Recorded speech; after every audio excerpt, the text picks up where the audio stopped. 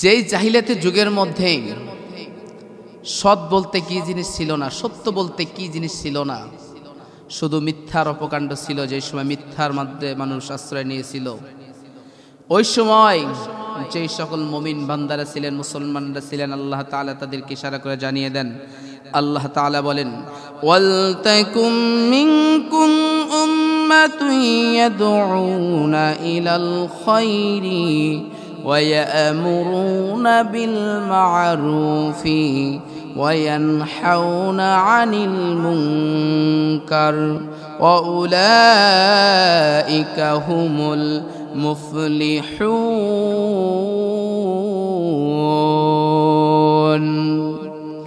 আল্লাহ পাক রব্বুল আলামিন পৃথিবীবাসীকে জানায় দেন, ও আমার বান্দারা, তোমরা যারা আমি আল্লাহকে ভয় করো, তোমরা যারা আমি আল্লাহর পথে চলো, তোমরা যারা আমি আল্লাহর হুকুম মোতাবেক মেনে চলো, আমি আল্লাহ তাদেরকে জানায় দেই, ওয়ালতাকুম মিনকুম উম্মাহ, তোমাদের মধ্যে এমন একটি দল করো, এমন একটা সংগঠন করো, এমন একটা উম্মাহ গঠন করো, যেই দল করার কারণে, যেই গঠন করার কারণে পথ হারা মানুষদেরকে পথে নিয়ে আসতে পারবা। আল্লাহ তাআলা বলেন, ইয়াদউনা ইলাল খায়রি, তোমরা মানুষদেরকে আহ্বান করবা, মানুষদেরকে আহ্বান করে আনতে পারবা। কোন পথে আনবে?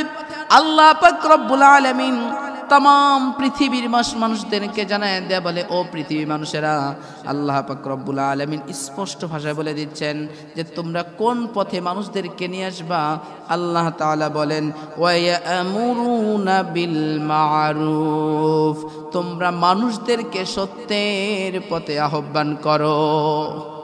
আল্লাহ পাক রব্বুল আলামিন এখানে দুনিয়ার কোনো কিছুর কথা বলেন নাই, দুনিয়ার টাকার কথা বলেন নাই, দুনিয়ার পয়সার কথা বলেন নাই। আল্লাহ যদি চাইতেন বলতে পারতেন, বান্দারে তোমরা অমুকের কাছে যাও, টাকা নিয়ে আসো, অমুকের দ্বারে দ্বারে যাও, একটা সংগঠন করে মানুষের জমা জমি লুট করে নাও। আল্লাহ যদি চাইতেন আল্লাহ কিন্তু বলতে পারতেন, কিন্তু আল্লাহ তা বলেন নাই। আল্লাহ তাআলা বলে দিলেন, ইয়াদউনা ইলাল খায়রি, তোমরা মানুষদেরকে আহ্বান করো, ওয়া ইয়ামুরুনা বিল মা'রুফ, সত্যের পথে আহ্বান করব, সত্যের পথে আহ্বান করো। কারণ মানুষগুলা যেহেতু পথহারা হয়ে যায়, মানুষদেরকে সত্যের দিকে ডাকো, মানুষদেরকে সত্যের পথে আহ্বান করো, মানুষগুলাকে তোমরা হালাল পথে নিয়ে এসো, তোমরা হারাম থেকে ফিরে নিয়ে এসো। আল্লাহ পাক রব্বুল আলামিন পরের অংশে আবার সুন্দর করে জানায় দেন, ওয়া ইয়ানহাউনা আনিল মুনকার, যারা অসৎ কাজ করে তাদেরকে অসৎ কাজ থেকে তোমরা বিরত রাখো। আল্লাহ তাআলা রব্বুল আলামিন সুন্দর করে জানায় দিলেন, যারা অসৎ কাজ করে, যারা হারাম কাজ করে, যারা অন্যায় কাজ করে, যারা খারাপ কাজের মধ্যে থাকে, যারা ফাসিক কাজ করে, তাদেরকে অসৎ কাজ থেকে তোমরা ফিরে নিয়ে আসো। আল্লাহ পাক রব্বুল আলামিন শেষের অংশে বললেন, ওয়া উলাইকা হুমুল মুফলিহুন। আল্লাহ পাক রব্বুল আলামিন বলেন, যারা এই কাজগুলো করবে তারাই হবে সফল ব্যক্তি। আল্লাহ তাআলা জানায় দিলেন, যারা এই কাজগুলা করতে পারবে, যারা এই কাজগুলা করবে তারাই হবে সফল ব্যক্তি। কিন্তু আজকে আমার সমাজের মধ্যে, আমার রাষ্ট্রের মধ্যে আজকে মানুষগুলাকে আহ্বান করে না। কিন্তু আমার সমাজের মধ্যে কিছু কিছু দল গঠন হয়েছে, যে দলগুলা চাঁদার জন্য মানুষের কাছে যায়, মানুষকে হারামের জন্য কাছে যায়, কিন্তু মানুষকে হালালের পথে নিয়ে আসতে পারে না।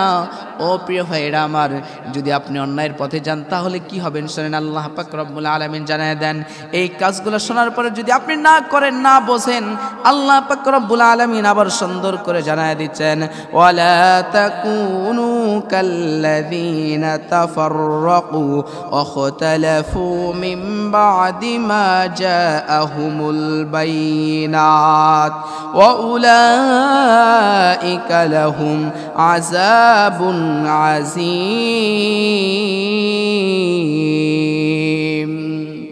আল্লাহ পাক রব্বুল আলামিন জানায় দেন, তোমরা তাদের মতো হইও না যারা আল্লাহর কথা শোনার পরেও, আল্লাহর কথা বোঝার পরেও তারা মানে নাই।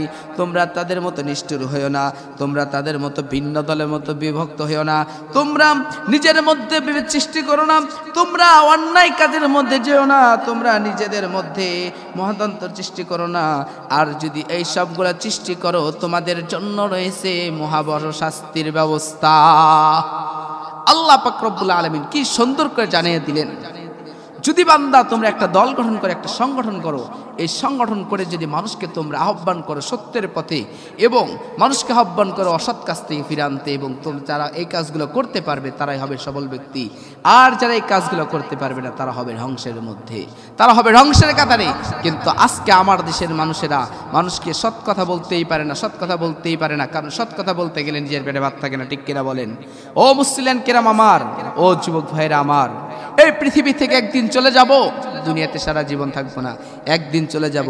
যদি ওই দিন চলে যাওয়ার পরে যদি নিজের আমল না থাকে, নিজের নেক আমল না থাকে, কিন্তু আপনি যদি মানুষকে আহ্বান করে যেতে পারেন, মানুষকে সত্যের পথ দেখায় যেতে পারেন, মানুষকে অন্যায় পথ থেকে ফিরে আনতে পারেন, আমার বিশ্বাস আল্লাহি বিল্লাহি তাল্লাহি, আল্লাহর কসম, ওই ব্যক্তিকে অন্ধকার পথ থেকে ফিরে আনার কারণে, আপনি মানুষকে সত্যের পথে আনার কারণে আপনি হাসরের ময়দানে ওই ব্যক্তির কারণে পার পাওয়া যাইবেন।